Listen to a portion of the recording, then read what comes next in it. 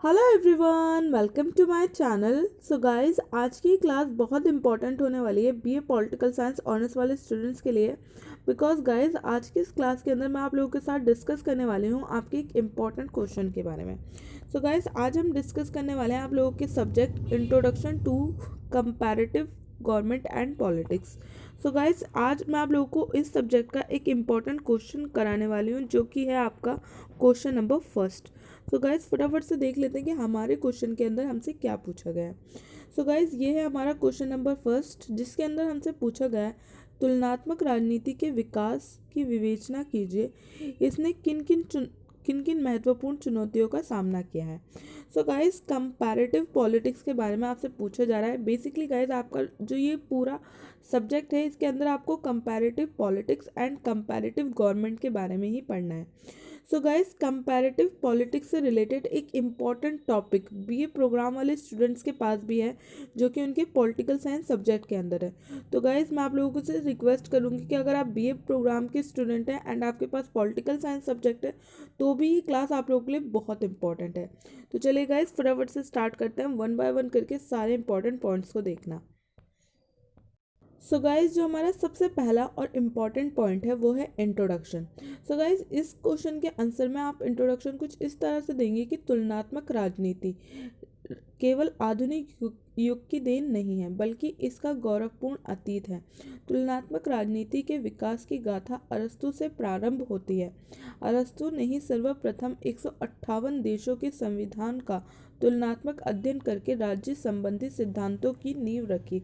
अरस्तु के बाद अनेक विचारक सदैव यही बात सोचते रहे कि कौन सी शासन व्यवस्था किस समाज के लिए उपयुक्त हो सकती है। उनकी इसी बात में तुलनात्मक शब्द का समावेश हो जाता है।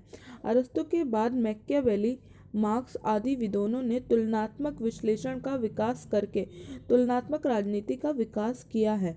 इस तरह लंबे विकास के दौर से गुजरती हुई तुलनात्मक राजनीति अपनी वर्तमान अवस्था तक पहुंच पाई है। अनेक उतार चढ़ावों से परिपूर्ण तुलनात्मक राजनीति आज एक स्वतंत्र विषय के रूप में विराजमान है। अरस्तु से लेकर वर्तमान अवस्था तक विकास को प्राप्त तुलनात्मक राजनीति के विकास का अध्ययन निम्नलिखित शीर्षकों के अंतर्गत किया जा सकता है। सो गाइस, जो हमारा सबसे पहला और इम्पोर्टेंट पॉइंट है इंट्रोडक्शन, उसके अंदर बताया गया है कि जब हम तुलनात्मक राजनीति की बात करते हैं, तो गाइस, तुलनात्मक राजनीति कोई आज की देन नहीं है, या ये जो तुलनात्मक राजनीति जो टॉपिक है, ये कोई आधुनिक युग की देन नहीं है, बल्कि इसका एक बहुत पुराना इतिहास है, एक बहुत पुराना अतीत है, जो कि शुरू होता है अरस्तु से। गाइस, आपको अरस्तु का नाम जरूर ध्यान रखना है, बहुत इंपॉर्टेंट है। तो गाइस, अरस्तु ही वो पहले पर्सन थे जिन्होंने 158 देशों का संविधान की तुलनात्मक अध्ययन किया था, यानी कि 158 देशों का तुलनात्मक अध्ययन किया था और तुलनात्मक राजनीति की नींव रखी थी, उसके सिद्धांतों की नींव रखी थी। गाइस, अरस्तु के बाद बहुत सारे अलग अलग थिंकर्स आए, जैसे कि मैकियावेली, मार्क्स, इन सब ने भी तुलनात्मक राजनीति के बारे में देखा, पढ़ा और सुना। और गाइस, इस तरह से तुलनात्मक राजनीति एक बहुत लंबी यात्रा तय करते हुए अपनी आज की अवस्था में पहुंच पाई है। सो गाइज, आप लोगों को इंट्रोडक्शन इसी तरह से ध्यान रखना है। आई एम श्योर आपको इंट्रोडक्शन अच्छे से समझ आ गया होगा। सो गाइज, हमारा नेक्स्ट पॉइंट है सेकंड। सो गाइज, हमारा नेक्स्ट पॉइंट है कि किन किन पॉइंट्स को लेकर हम तुलनात्मक राजनीति के विकास के बारे में देख सकते हैं। तो गाइज, सबसे पहला पॉइंट है हमारा द्वितीय विश्व युद्ध तक तुलनात्मक राजनीति का विकास, द्वितीय विश्व युद्ध के बाद तुलनात्मक राजनीति का विकास, तुलनात्मक राजनीति की वर्तमान स्थिति। सो गाइज, ये 3 पॉइंट हैं जिनको लेकर हम तुलनात्मक राजनीति के विकास के बारे में डिस्कस करेंगे। सो गाइज, हमारा फर्स्ट पॉइंट है द्वितीय विश्व युद्ध तक तुलनात्मक राजनीति का विकास। द्वितीय विश्व युद्ध तक तुलनात्मक राजनीति के विकास के प्रमुख सीमा चिन्हित हैं।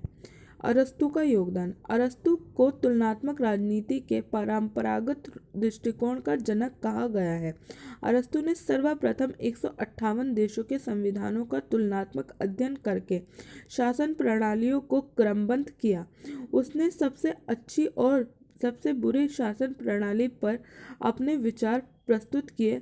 उसने अपनी एक पुस्तक पॉलिटिक्स में राजनीति के अध्ययन पद्धतियों संबंधित प्रश्न उठाए और उनका समाधान भी किया। उसने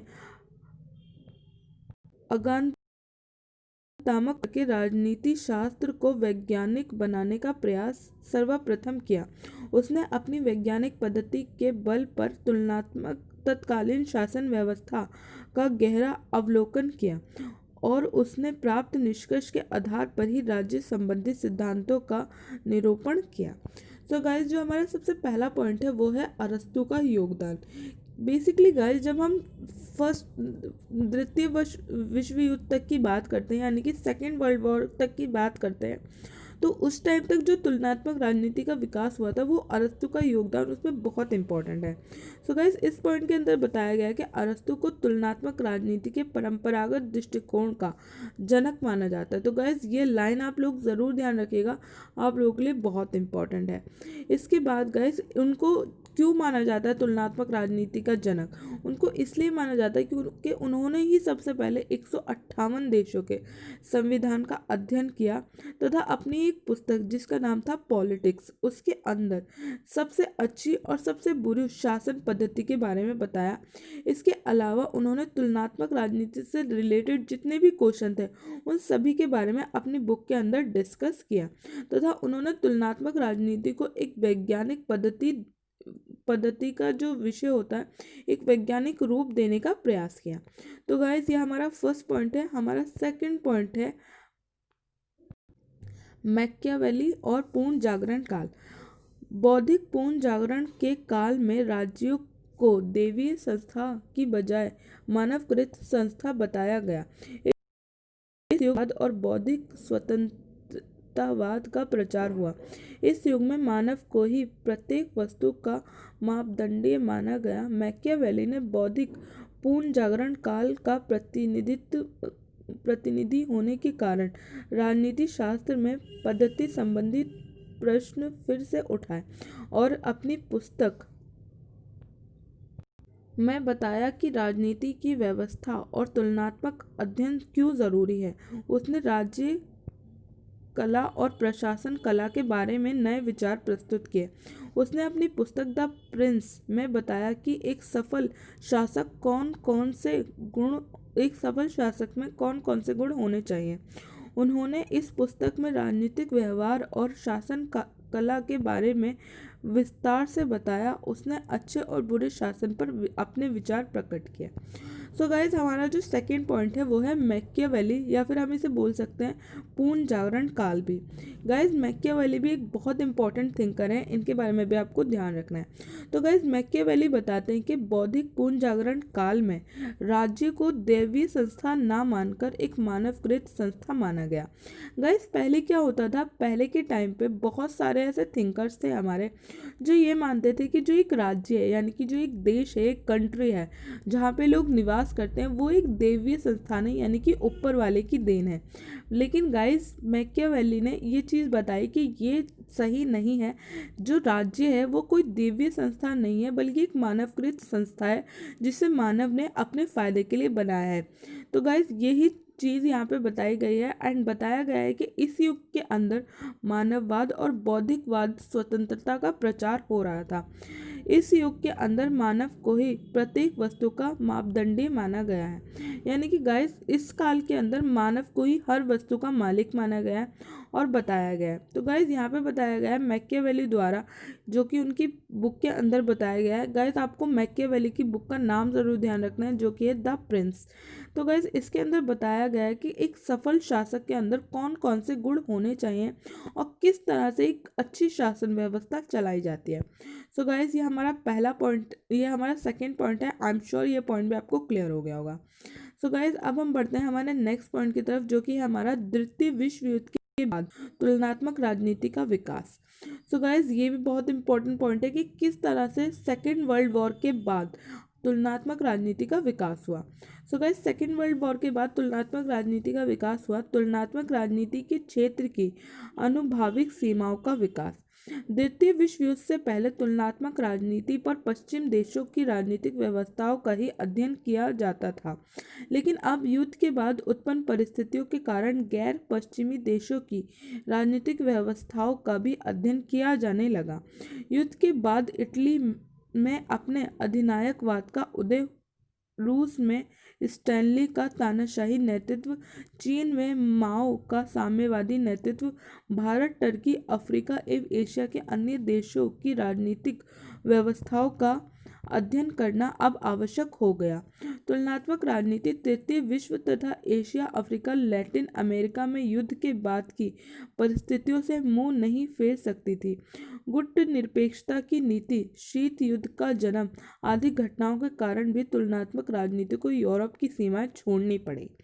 so guys, second world war के बाद जब हम तुलनात्मक राजनीति को देखते हैं तो गाइस उस टाइम पे क्या क्या तुलनात्मक राजनीति में बदलाव आए उसके बारे में यहाँ पे बताया गया।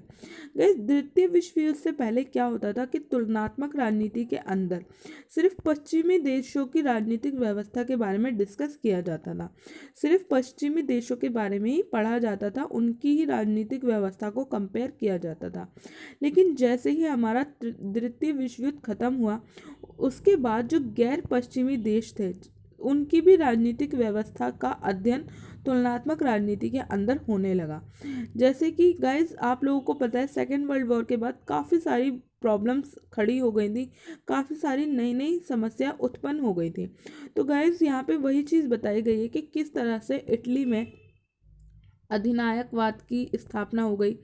इसके बाद जो रूस है वहाँ पे स्टैनली की तानाशाही स्टार्ट हो गई, चाइना में माओ का साम्यवाद, एंड भारत, टर्की, अफ्रीका और एशिया जैसे देशों में अपनी स्वतंत्रता के लिए संघर्ष शुरू हो गया था। गाइस, हमारे इंडिया को भी सेकेंड वर्ल्ड वॉर के बाद ही इंडिपेंडेंस मिली है।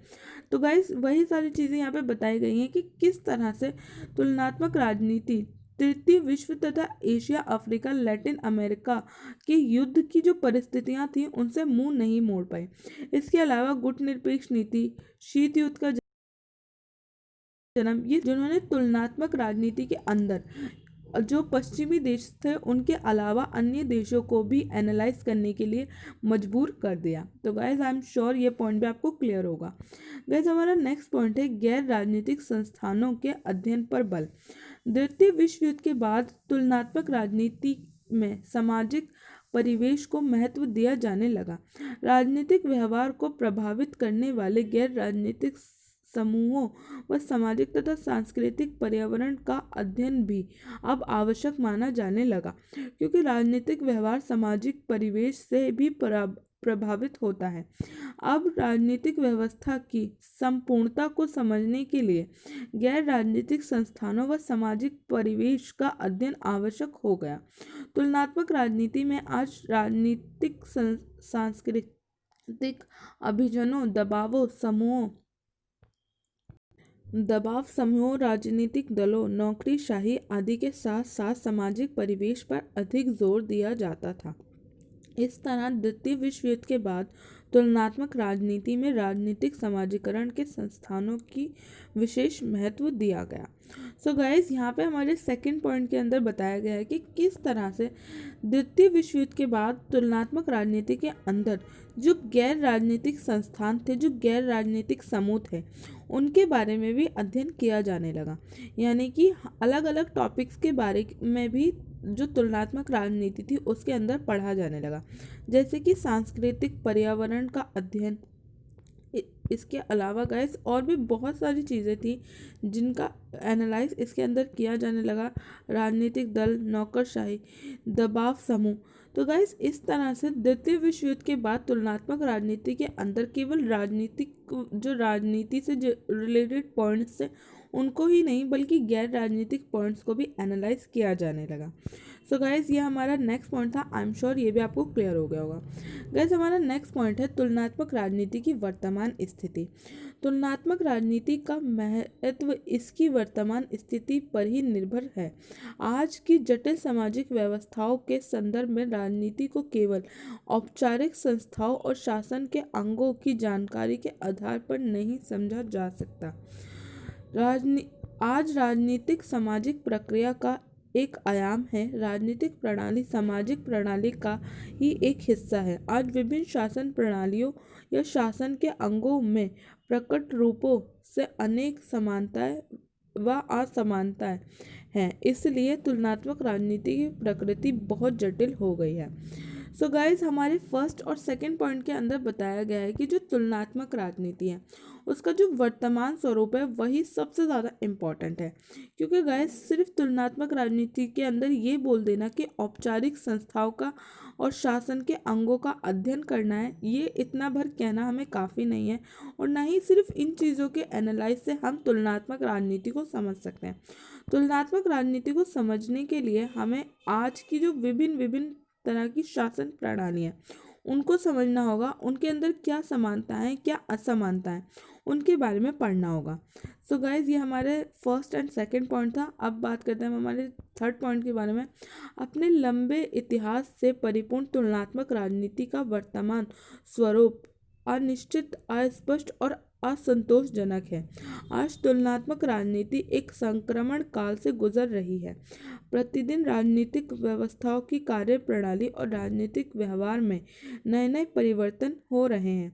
अफगानिस्तान में तालिबान के शासन का अंत, इराक में सद्दाम हुसैन की अधिनायकता का अंत, शीत युद्ध का अंत, राजनीतिक व्यवस्थाओं की कार्यप्रणाली पर आतंकवाद का प्रभाव आदि तथ्यों के संदर्भ में तुलनात्मक अध्ययन में स्वायत्तता का गुण आना असंभव है। तो गाइस यहाँ पे बताया गया हमारे थर्ड पॉइंट के अंदर कि किस तरह से अपने एक लंबे इतिहास के बाद तुलनात्मक राजनीति की जो वर्तमान स्थिति है वो अनिश्चित है, अस्पष्ट है और असंतोषजनक है। यानी कि वर्तमान स्थिति तुलनात्मक राजनीति की अच्छी नहीं है।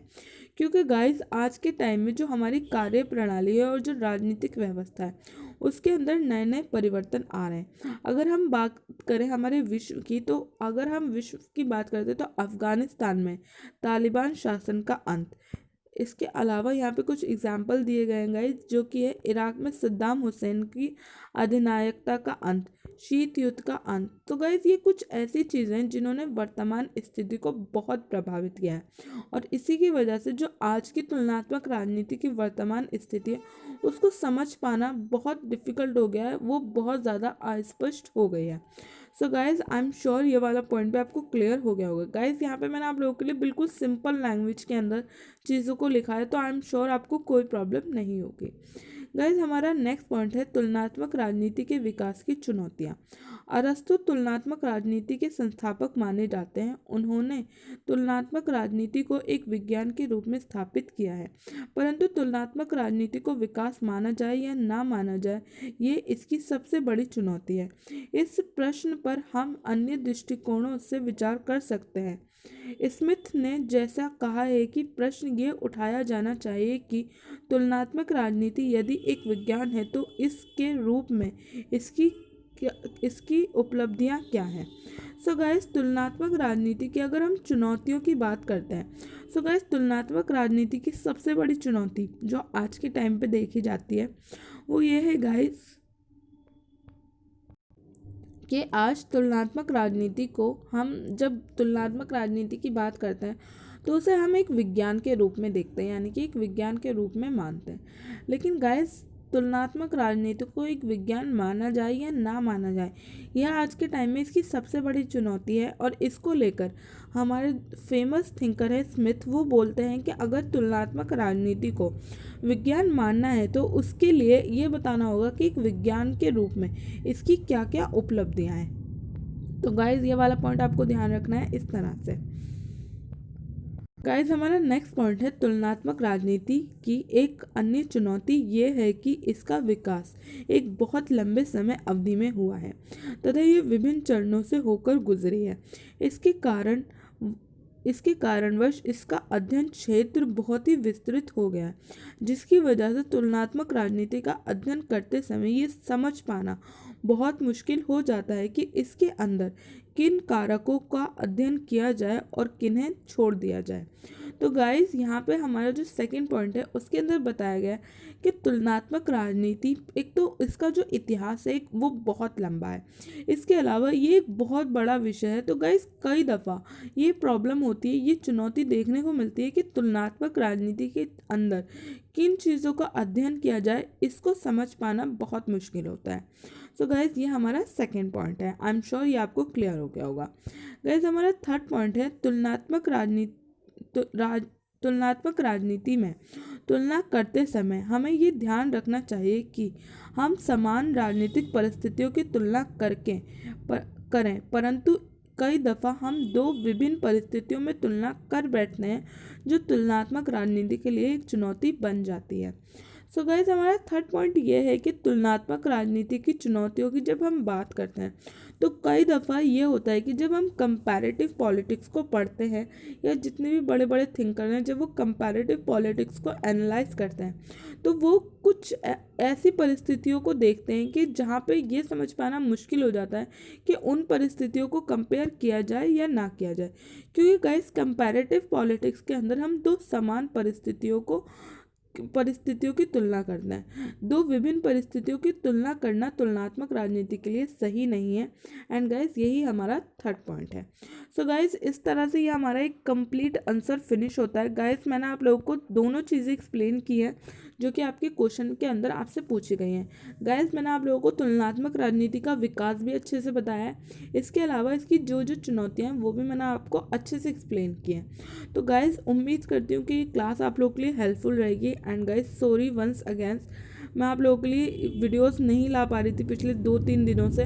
तो गाइस, मेरी हेल्थ का इशू था। तो गाइस, कोई बात नहीं, अभी जितना भी टाइम बचा है उसके अंदर मैं आप लोगों के लिए वीडियोस लेकर आ जाऊंगी, तो आप लोग परेशान बिल्कुल मत होइए। सो गाइस, अगर आज की क्लास आप लोग के लिए हेल्पफुल रही हो तो इस क्लास को आप लोग शेयर कीजिएगा, इस वीडियो को लाइक कीजिएगा, एंड अगर चैनल पर पहली बार आए तो चैनल को सब्सक्राइब करना मत भूलिएगा। सो गाइस, आज की इस क्लास के अंदर बस इतना ही। मिलती हूँ मैं आप सबसे अपने नेक्स्ट क्लास के अंदर। तब तक के लिए थैंक यू सो मच।